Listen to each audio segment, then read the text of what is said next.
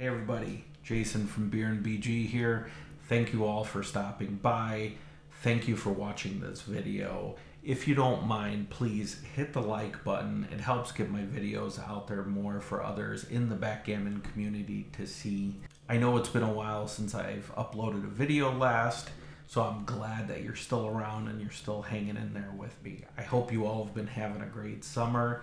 So today I would like to share with you something that I discovered when I got back into backgammon, and I was able to expand on it to help my game. Unlike chess, I realized with backgammon that I was able to play both sides of the board equally without bias. Because you're essentially taking the role and making the best move based on the position that you're looking at. So early on, getting back into backgammon, I would just sit in front of the board and just roll the dice for each side and make the move and just see how it went. As time went on and I got my hands on to XG, I was able to grow this process more and really have a play-by-play and to really look at each move and understand if I made an error or a blunder, why it was an error or a blunder. And if I couldn't figure it out, then I would toss it out there to the community or to other people that I know that know more about backgammon than I do. It forces me to look at both sides of the board intently. I have a tendency when I'm playing in tournaments or when I'm playing against other people to get lost in the shaking of the dice and the moving of the checkers. And sometimes I'm not paying attention to my opponent's position, their role, and the move they're making, which can cost you if you're playing someone head-to-head or in a tournament. So I'm going to walk you through it. So I would essentially, just like in a normal match, I'm going to sit on one side of the board, but I'm going to roll and play for both sides of the board. So I'm going to start off by rolling the dice for purple, just like I would in a match. Okay. So a 6-1, and it's going to be for purple. Okay. So 6. So 1 for white and a 6 for purple. Okay. So easy enough. I'm going to make the bar point. Okay. And then what I can do after I make that move, okay, and I okay it, I could go back and check that the move itself is correct. So obviously this is the correct opening response when you own a 6-1, okay? But let's go ahead and roll for white now. Okay, so I'm going to pick up the dice. Okay, so a 6-5 for white, and I'm going to enter that over here. So 6-5. So the typical response here would be to run, but because I can't run, because my opponent, or purple, has made the bar point, I'm going to have to make a different move. So if I remember correctly, I think this is 2 down. So 13-7, 13-8. So let's make that and see what happens. The other option would be to go all the way to the 2 point, which I think you could do, and that helps keep some extra ammunition on the midpoint, but I think I've made this play before and it's not correct. So let's see, let's do 13-7, 13-8 for this one and see what XG has to say. Okay. All right, let's take a look.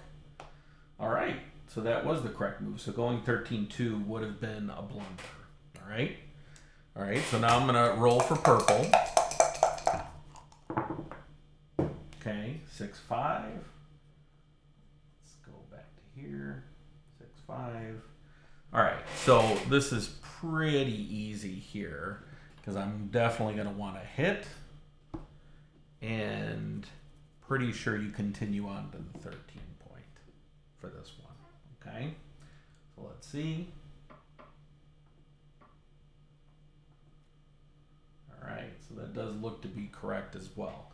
So again, if you're not familiar with XG, you can see that if the move were an error, it'd be in green, or at least how I have things set up, or if it was a blunder, it would be in red. So the fact that it is still black and not red or green means that it was an appropriate move, or at most a very small error, okay? All right, so white's on the bar. So I'm gonna roll for white now. Okay, so obviously the 5 coming in is forced. So I can either come out with the 6, I could come down with the 6, or I can move something off the 8 point in. So I believe, given the race, and we could see the race, but normally, again, I would try to count pips over the board to give myself that practice as well. But you could see here that white is currently behind by 25 pips and purple is ahead by 25 pips. So I kind of think we need to hang back here a little bit and try to get some sort of structure going up here. So I think the 6 should be down there, okay? So let's see. So if we go 6, 5, obviously the 5 is forced coming in, and then let's move that down and see what happens. Okay, so that was right, but let's see, let's take a look. So the best move would have been to come out to the 14 point. Let me use the arrows here. Okay, so bar to 14, but only a small error to come down to the 7 point, okay? So, I don't know, let's make a couple more moves and see what that looks like. But again, I'm just showing you guys this overall process, okay? So now it's purple's move. Purple's roll, sorry. So I can't do anything with him. Can't come off the 5 point here, so I'm definitely have to come down with 2. I don't want to come down with anymore because I don't want to strip my midpoint. So I think I'm going to try to start building some structure in here. So I'm going to go 13 to 3 times the 2, right? So 13 to 3, 2 checkers. All right, so let's see. All right, so 5, 5, and I did this, and then this. Okay, so that is correct, and it is the best move. Anything else would have been a blunder, according to the small ply analysis here. So, all right, let's do one more roll for white and see what that looks like. Okay, so a 6-3 for white. Ooh, what do we do here? So we could come around the horn, we could split off of here. I kind of feel like we already slotted the bar point, so we need to make the bar point with 13-7. And I know he's got us outboarded at this point. So ideally we don't want to have another checker sent back, so maybe we come down. Even though I don't like giving up the midpoint, I kind of feel that this is correct. So let's take a look. All right, so we're going to go back here. So 6-3. All right, then we're going to go here. Okay, so that is correct. Let's see by how much. So that was the best move. It looks like second best would have been to cover and then slot the 5 point. Oh, I kind of like that. But I could see how that gets a little blotty, especially when we're outboarded. All right, guys, so that's my process.